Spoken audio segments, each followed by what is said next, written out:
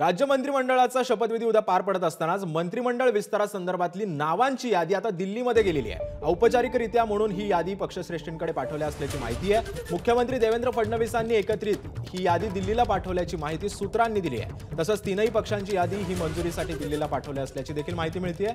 तसंच दुपारपर्यंत या यादीवर अंतिम शिक्कामोर्तब होऊन मंत्रिपदावर वर्णी लागणाऱ्यांना संपर्क केला जाणार आहे।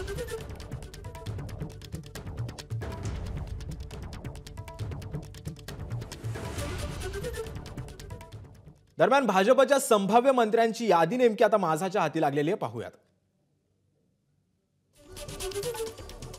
यामध्ये भाजपचे संभाव्य मंत्री असू शकतात आशिष शेलार, रवींद्र चव्हाण, मंगलप्रभात लोढा,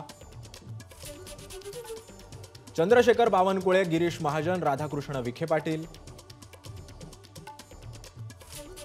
पंकजा मुंडे, अतुल सावे अशी भाजपच्या संभाव्य मंत्र्यांची सध्या नावं माझाच्या हाती लागलेली आहेत।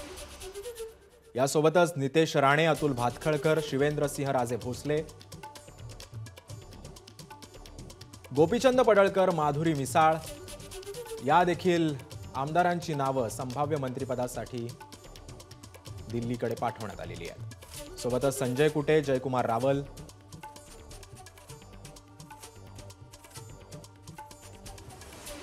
यांची देखील नावं ही दिल्लीला पाठवण्यात आलेली आहेत। एबीपी माझा, उघडा डोळे बघा नीट।